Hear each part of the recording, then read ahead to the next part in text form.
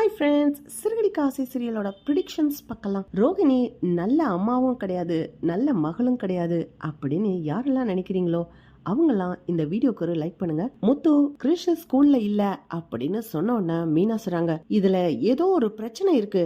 யாரோ கிறிஷ் இங்க இருக்க கூடாதுன்னு நினைச்சு பிளான் பண்ணி ஸ்கூல்ல இருந்து டிசி வாங்கிட்டு கூட்டிட்டு போயிருக்காங்க அப்படின்னு மீனா கோவப்படுறாங்க. நீங்க வாங்க அப்படின்னு மீனா முத்துவ கோவத்தோட கூட்டிக்கிட்டு வெளியில போறாங்க. ஸ்கூல்ல போய் சண்டை போடுறாங்க. அது எப்படி ஒரு பையனை உடனே டிசி கொடுத்து அனுப்பிடுவீங்க அப்படின்னு சொல்லி கேட்கும்போது, இல்லம்மா அந்த பையனோட அம்மாவே வந்து என் பையனுக்கு டிசி வேணும்னு கேட்டாங்க. முன்னாலே போன் பண்ணி இதெல்லாம் அரேஞ்ச் பண்ண சொல்லி சொன்னாங்க. நாங்க அரேஞ்ச் பண்ணிட்டோம். என்ன சார், ஸ்கூல்ல பையனை சேர்க்கும் போது அவங்க பாட்டியோட போட்டோ தான் இருந்தது, பாட்டியோட போன் நம்பர் தான் இருந்தது. இப்போ டிஸ்மிஸ் பண்ணும்போது மட்டும் அவங்க அம்மா எப்படி வந்தாங்க? அந்த பையனோட பாட்டிய காணோன்னு நாங்கெல்லாம் தேடிட்டு இருக்கோம். எங்க வீட்டுலதான் இத்தனை நாள் அவன் இருந்தான். இப்போ டிசி வாங்கிட்டு எங்கேயோ போயிட்டான். இப்ப அவனை காணோன்னு நாங்க எங்க தேடுறது? உண்மையிலே அவங்க அம்மா தான் வந்தாங்கன்னு உங்களுக்கு எப்படி தெரியும் சார் அப்படின்னு சொல்லி மீனா கேள்வி கேக்குறாங்க. உடனே பிரின்சிபல் சொல்றாங்க, இல்ல மேடம், அவங்க இங்க வந்து ஸ்கூல்ல அட்மிஷன் பண்ணும்போது ஒரு லெட்டர் எழுதி கொடுத்தாங்க. அதுக்கடுத்து டிஸ்மிஸ் ஆகும் போதும் லெட்டர் எழுதி கொடுத்திருக்காங்க. ரெண்டும் ஒரே கையெழுத்து தான். அதோட அவங்க ஸ்கூல்ல வந்து சேர்க்கும் போதும் வந்தாங்க, டிஸ்மிஸ் பண்ணும் போதும் வந்தாங்க. அதுக்கான ப்ரூஃப் எங்க கிட்ட இருக்கு.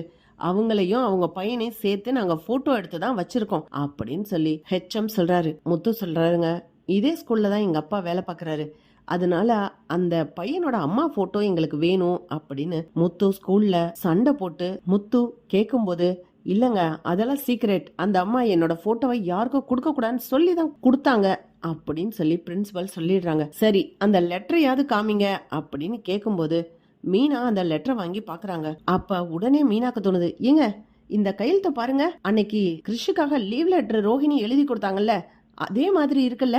ஆமா மீனா அப்படின்னு முத்து சொல்றாரு. அந்த லீவ் லெட்டரோட போட்டோ உங்க போன்ல தானே இருக்கு, அதை எடுங்க அப்படின்னு மீனா கேட்டு முத்துவோட போன்ல இருக்க அந்த லீவ் லெட்டரோட போட்டோ காப்பியை எடுத்து செக் பண்ணி பார்க்கும்போது கரெக்டா இருக்கு. மீனா சொல்றாங்க, ஏங்க அப்படின்னா எனக்கு ஒரு சந்தேகம், இந்த லெட்டர் எழுதின ஆளுதான் கிறிஷோட அம்மாவோ அப்படின்னு கேட்ட உடனே முத்து, எனக்கும் அந்த சந்தேகம் இருக்கு, இப்ப எப்படி கிளியர் பண்ணிக்கிறது அப்படின்னு முத்து மீனாவும் யோசிக்கிறாங்க. ஏங்க ஒருத்தவங்கள பத்தி தெரிஞ்சுக்கணும்னா அவங்க ஃப்ரெண்ட போய் கேட்டாலே தெரிஞ்சிடலாங்க, வாங்க வித்யா வீட்டுக்கு போலாம் அப்படின்னு மீனா முத்துவ வித்யா வீட்டுக்கு கூட்டிகிட்டு போறாங்க. முத்துக்கு அப்பன்னு ஒரு போன் கால் வருது. நான் பேசிட்டு வரேன், நீ மேல போ மீனா அப்படின்னு முத்து அனுப்பிடுறாரு. மீனா வித்யாவோட வீட்டுக்கு உள்ள போறாங்க. மீனாவை பார்த்த உடனே வித்யா பதறாங்க. கிறிஷ், நீ உள்ள போய் ரூம்ல இரு, வெளியில வராத அப்படின்னு சொல்லி உள்ளேயே இருக்க வைக்கிறாங்க. மீனா உள்ள போன உடனேயே, உங்க ஃப்ரெண்டு ரோஹிணி வந்தாங்களா அப்படின்னு சொல்லி மீனா கேள்விய ஆரம்பிக்கிறாங்க.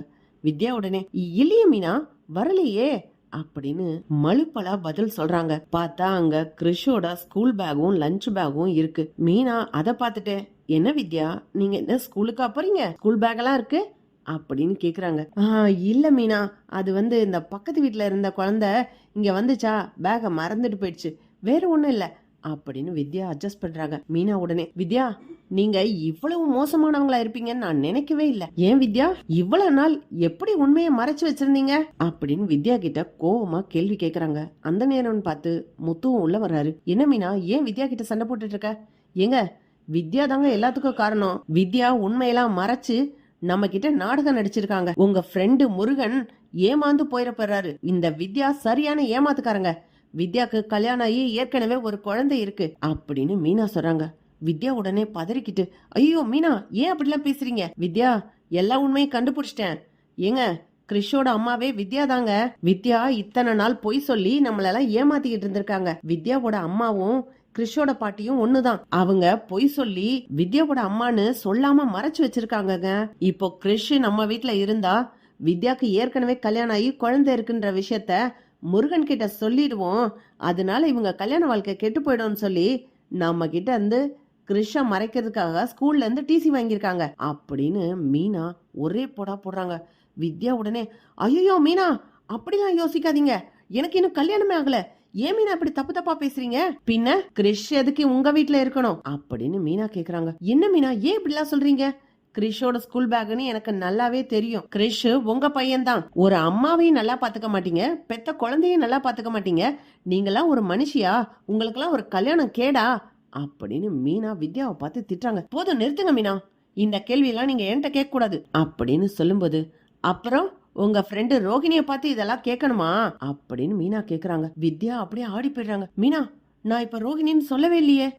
எல்லாமே தெரிஞ்சுக்கிட்டு தான் வித்யா நாங்க இங்க வந்திருக்கோம். ரோகிணி தான் கிறிஷோட அம்மானு எங்களுக்கு நல்லாவே தெரிஞ்சிருச்சு. இருந்தாலும் கன்ஃபார்ம் பண்ணிக்கிறதுக்காக இங்க வந்தோம். இங்கதான் கிறிஷ் இருக்கான்றத கண்டுபிடிச்சிட்டேன். ரோகிணியோட ஒரே ஒரு ஃப்ரெண்டு நீங்க தான். நீங்க உண்மையை சொல்லணுன்றதுக்காக தான் கிறிஷோட அம்மா நீங்கன்னு நான் சொன்னேன். நீங்களும் உண்மையை மறைச்சு உதவி பண்ணிட்டீங்கல்ல ரோகிணிக்காக அப்படின்னு மீனா சொல்லிட்டு கோவத்தோட முத்துவையும் கூட்டிக்கிட்டு வீட்டுக்கு போறாங்க.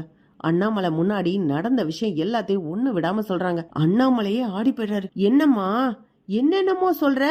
ஊரை மாத்தி பேரை மாத்தி பெத்த அம்மாவையே செத்து போயிட்டாங்கன்னு பொய் சொல்லி பெத்த குழந்தையவே யாரோட குழந்தையோன்னு சொல்லி இதே வீட்டுல வச்சு வளர்க்கறதுக்கு எப்படி ரோகிணிக்கு மனசு வந்துச்சு? எப்படிமா இப்படி எல்லாம் ஒரு மனுஷியால செய்ய முடியும் அப்படின்னு அண்ணாமலை கேள்வி கேக்குறாரு. அப்பன்னு பார்த்து ரோகிணி உள்ள வராங்க. அண்ணாமலை நேரா ரோகிணி கிட்டயே, ஏமா இவ்வளவு நாள் பொய் சொல்லி மறைச்சு வச்சிருந்த அப்படிங்கிற விஷயத்த கேக்குறாங்க. ரோகிணிக்கு ஐயோ கண்டுபிடிச்சிட்டாங்களோ அப்படின்னு தெரிஞ்சுக்கிட்டே, என்ன அங்கிள் கேக்குறீங்க, எனக்கு ஒன்னும் புரியலையே அப்படின்னு மழுப்பி பேசுறாங்க. போதும் நிறுத்துமா, பொம்பளை பிள்ளையன்னு பாக்குறேன், இல்லனா ஓங்கி அரைஞ்சிருவேன். என் பையன் மனோஜ் பொய் சொல்றதே எனக்கு பிடிக்காது. ஆனா நீ எவ்வளவு பெரிய பொய் சொல்லி வச்சிருக்கிற, இப்படிலாம் ஒரு பொம்பளையால பொய் சொல்ல முடியுமா அப்படின்னு அண்ணாமலை கேட்டுக்கிட்டு இருக்காரு. முத்து உடனே, பா பார்லரமா பயங்கரமான கேடி, அது ஆரம்பத்துல இருந்தே ஏதோ ஒரு விஷயத்த மறைக்கிறதுக்காக எவ்வளவு பொய் சொல்லியிருக்கு. ஒன்னே ஒண்ணு, மலேசியா மாமா அது பொய்ங்கிற விஷயம் இப்பதான் அம்மாவுக்கே தெரிஞ்சிச்சு. அதனாலதான் அம்மா ரோஹிணிய வெறுத்தாங்க. அந்த கோவமே எங்க மேல ரொம்ப அதிகமா இருக்கு. இப்ப நாங்க வேற சிஐடி வேலையெல்லாம் பார்த்துட்டு வந்திருக்கோம். இன்னும் பார்லர் அம்மாக்கு எங்க மேல கோவம் வந்துரும் அப்படின்னு முத்து சொல்லும்போது, ரோஹிணி, முத்து என்ன பேசுறீங்க? ஐயோ ரோஹிணி, ரொம்ப அதட்ட வேணாம். உங்கள மாதிரி பூசி மொழிக்கு பொய் சொல்லி எங்களுக்கு எதுவும் பேச தெரியாது. கிரிஷ் உங்க பையன் தான்றத நாங்க கண்டுபிடிச்சிட்டோம். ஸ்கூல்ல போய் லீவ் லெட்டர் எடுத்து வாங்கி பார்த்தோம், அப்பவே தெரிஞ்சு போச்சு அப்படின்னு சொன்ன உடனே ரோஹிணி, என்ன மீனா ஏன் ஏதோ உளறீங்க? ஒருத்தவங்க ஹேண்ட் ரைட்டிங்க வச்சு அவங்க தான் இந்த பையனோட அம்மா, நீ எப்படி உங்களால சொல்ல முடியும் அப்படின்னு சொல்லி ரோஹிணி கோவத்தோட கேட்கும்போது, நான் சொன்னா தப்பா இருக்கும், இப்ப சொல்ற ஆள் சொல்லுவாங்க அப்படின்னு வித்யாவை கூப்பிட்டு நிறுத்துறாங்க. வித்யா, நீங்க சொல்றீங்களா இல்ல நாங்களே சொல்லிட்டுமா அப்படின்னு கேட்டோன்னு வித்யா சொல்றாங்க, சாரி ரோஹிணி, என்ன மன்னிச்சிரு. மீனா கிருஷி ஏன் பையன்னு சொல்லி என் மேல பிளேம் பண்ணாங்க. என் கல்யாணம் நின்னு போயிடுமோன்னு பயத்துல நான் கிருஷ் உன் பையன்ற உண்மை எல்லாத்தையும் சொல்லிட்டேன் அப்படின்னு சொன்ன உடனே ரோஹிணி அப்படியே வாயடைச்சு போயிடுறாங்க. விஜயா எந்திரிச்சு வந்து ரோஹிணிய ஓங்கி ஒரு அரை. அண்ணாமலை சொல்றாரு, விஜயா, இந்த எல்லா தப்புக்கும் காரணம் நீதான். பணக்காரின்ற ஒரே ஒரு பொய்யுக்காக நீ ஆசைப்பட்டு மனோஜுக்கு இந்த பொண்ணை கல்யாணம் பண்ணி வச்ச. உன் பேராசைக்கு பெரிய இடி விழுந்திருக்கா பாரு. எத்தனை உண்மைய மறைச்சு ஏமாத்தி கல்யாணம் பண்றாங்கன்னு. இப்ப கூட இத நீ கண்டுபிடிக்கல, மீனாவும் முத்துவும் தான் கண்டுபிடிச்சிருக்காங்க அப்படின்னு அண்ணாமலை சொல்றாரு. ரோஹிணி மீனாவை முறைக்கிறாங்க. அண்ணாமலை உடனே, ஏமா ரோஹிணி, உன் உண்மையான பேரை மாத்தி பொய் சொல்லி கல்யாணம் பண்ணிருக்க, பெத்த பிள்ளைய எப்படிமா இப்படி அனாத மாதிரி விட மனசு வந்துச்சு? நீ எல்லாம் ஒரு அம்மாவா? நீ எல்லாம் ஒரு நல்ல பொண்ணும் கிடையாது, நல்ல அம்மாவும் கிடையாது. சின்ன பையன், அவன் வாழ்க்கைய பணைய வச்சு நீ மட்டும் சந்தோஷமா வாழணும்னு நினைச்சிட்டல. இந்த வீட்டுல நீ இருக்கணுமா வேணாமான்றத மனோஜ் முடிவு பண்ணுவான். ஆனா எங்களுக்கு நீ வீட்டுல இருக்கிறது விருப்பம் இல்லம்மா அப்படின்னு அண்ணாமலை வீட்டை விட்டு வெளியில போயிடு அப்படின்னு சொல்றாரு. இப்படிதான் போலாம் ஃப்ரெண்ட்ஸ். பக்கத்துல லைக் பண்ணுங்க, ஷேர் பண்ணுங்க, கமெண்ட் பண்ணுங்க. Thank you friends.